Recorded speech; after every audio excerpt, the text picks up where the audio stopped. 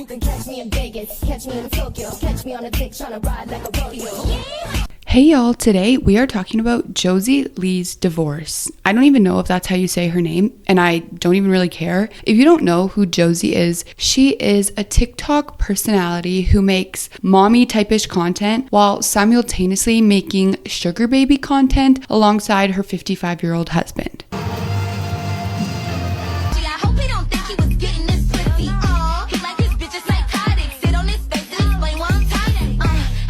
The first video I ever saw of her was her crying over the custody battle she's having with her ex-husband. Let's watch that video first so we can get an overview of the whole drama going on. So I haven't shared what's been done to me in the last month, but I feel like I'm in a place right now where I am comfortable sharing, thanks to my therapist. So about a month ago on a Wednesday, I was informed that my daughter was hit with a hula hoop and it popped her tooth out of pocket and she had gum bruising. So she had gum bruising and her tooth literally popped out of the pocket or the socket. I'm not sure which one it is, to be honest with you. The school nurse, who is a registered nurse, informed me that it was really important that she went to go see a dentist within 24 hours. Her dad did not take her to the dentist within 24 hours. So Thursday was my day. I made an emergency dental appointment for her, and as soon as I walked into the school to sign her out, I was escorted by the police officer and the principal into a conference room where I was served papers basically saying that I wasn't allowed to be around my children at all.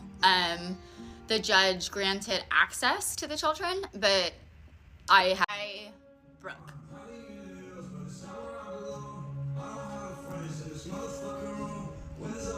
I was trying to take care of my dog, and I fucking broke. Like,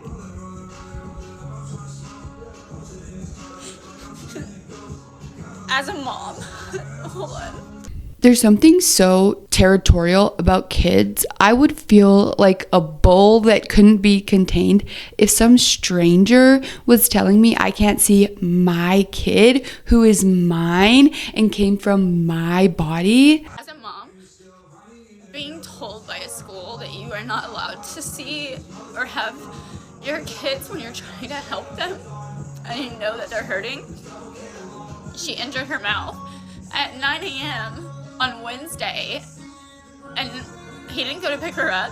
I do fear it is probably valid that dad didn't make an appointment. Majority of dads, as sad as it is to say, have this tendency to neglect matters that don't seem important to them or that interfere with their daily lives. So Thursday, I got an appointment for 11. Anyways, I broke down. I crumbled. Like, I completely crumbled. It was my son's birthday. That is so sad to do on the day that she literally gave birth to her son. It was my son's birthday, so I missed his birthday because I was not granted any possession time. So I was granted access to the kids. I went to the school and they gave me 15 minutes with the kids. How horrible for these two parents to be putting their children through all of this. 15 minutes on my son's birthday. When I talked to him later, he said it was his worst birthday ever because he didn't get to have time with me. No shit, it's the worst birthday. What the fuck? His family is being torn apart right there at his school, and everyone is in his personal business. I had to... Sorry, hold on. Completely break down for like 2 days, and then we went to court and we got to see the district judge, which helps like a lot because it's not an associate judge, it's the district judge, and he closed it all out, everything, and I got to get my kids. I just have to agree, putting a mother through all of that unnecessarily is mental and emotional abuse. It totally is. I have been dealing with somebody that is horrible for so fucking long. To take my babies over lies and saying things that just simply aren't true. I mean, I think it's obvious that she's a good mom in the sense that her children won't go hungry or without. I'm afraid it's her lack of classiness in her personal life that is the reason for a lot of the problems that she's having right now.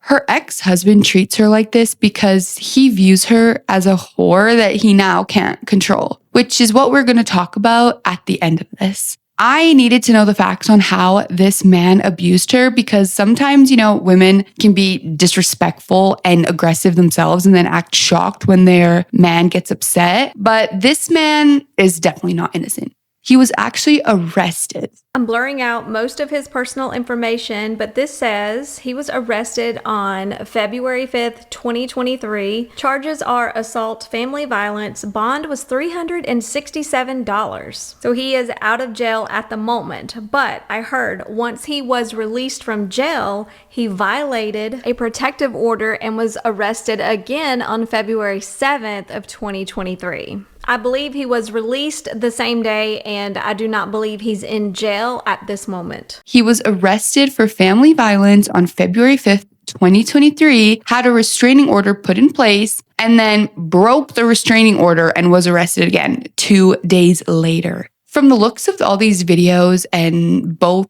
personalities, it sounds to me like both of these people were toxic and maybe even violent. And because someone has to go to jail for domestic disputes, they ended up taking him in. And then I assume that the restraining order broke because they both wanted to be together and then shit probably went south. Because I cannot believe that Josie is innocent in all of this either. And I only come to this conclusion by watching some of the content that she makes. Write my name in the sand. Imagine if I listen what a hater gotta say. I never give a broke bitch any time of day. You ugly when you jealous, bitch. Look at that face. I'm hot right now when you're not, okay? Or you big mad, or you talking about girls' night and sucking dick for a car, trying to show off this flashy high life when that clearly is not the case. To further support my hypothesis is the fact that she posts sexual content and her children on the same page right beside each other. That has always made me uncomfortable. I can't understand mothers who do that. Don't you want to portray a good image of yourself and your kids to the general public? These posts are so embarrassing for her kids, especially when her social media is completely open to the public. Her over-sexualized content is just creepy and gross, honestly, which probably has a lot to do with her marriage failing. Like the wise Kid Laroi once said, you can't make a wife out of a hoe.